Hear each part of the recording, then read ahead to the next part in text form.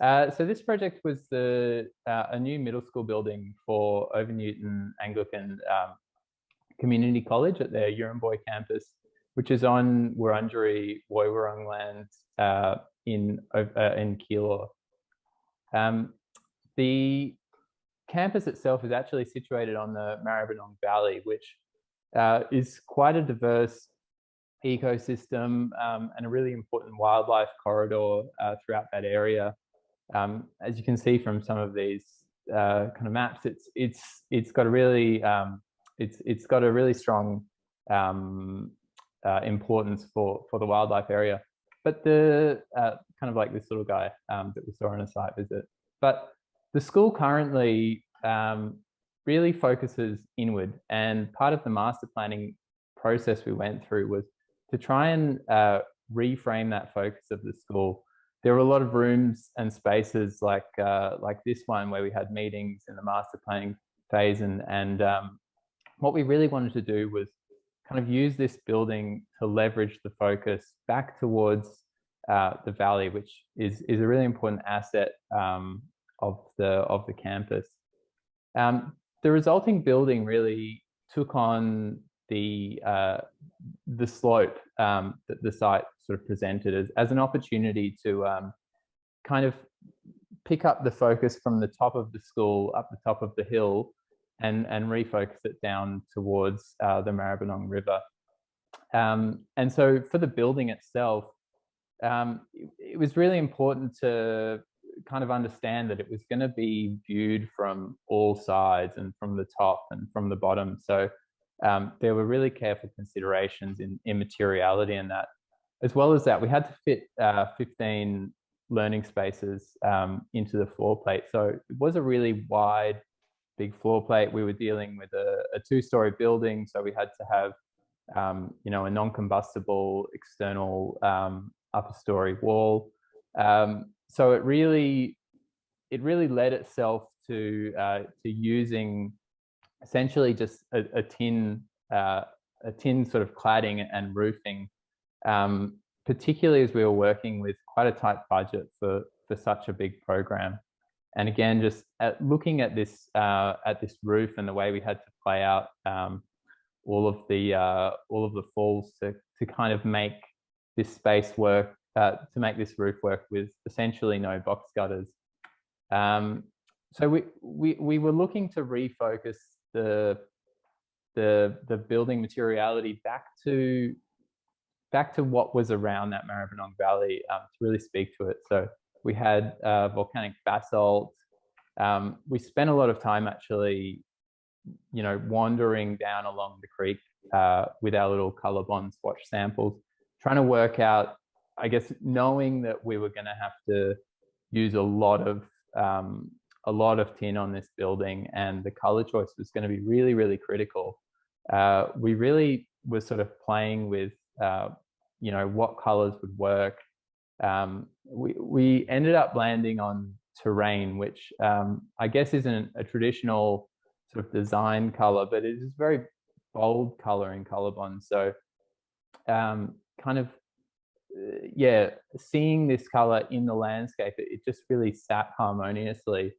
And I think it was one of the major kind of challenges of this project was bringing the school board along for that journey of actually going down, this route of using a singular color across quite a large building was just one of the big challenges, and I think one of the courageous parts of the project in that initial design development phase.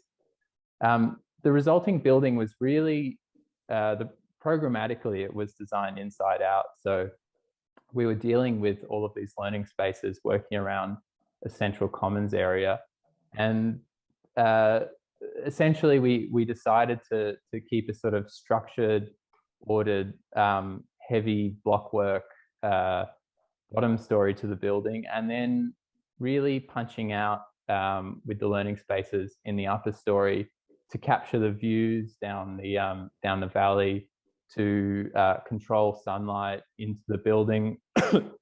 Sorry, and to create this kind of continuous ribbon around the building. And again, you can just see from these axonometrics that that visibility from the roof and our considerations of the roof were a really important aspect of this project. So this is just an image of that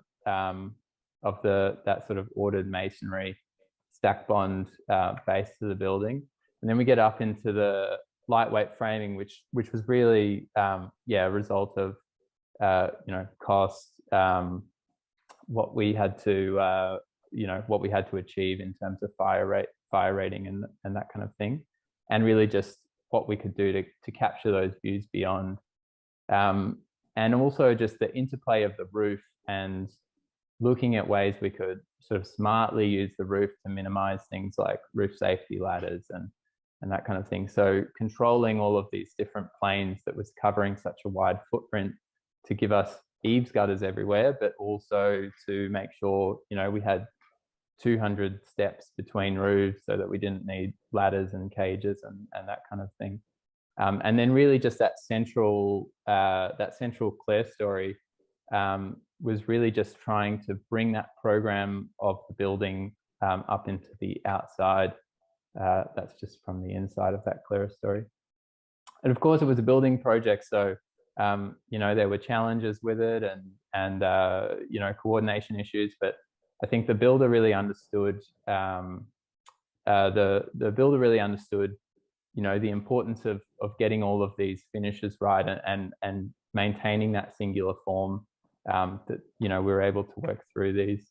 The resulting building was really trying to bring that warmth of the landscape inside the building, and keep those natural colors coming into the building, and just the interplay of the Colorbond against all of the other materials. So where it was intersecting brick, the way that it was kind of working with the soffit and running that band around the building. I think one of the really amazing things about using Colorbond on this was using it on such a faceted building really showed the dynamic nature of the material and the way that the light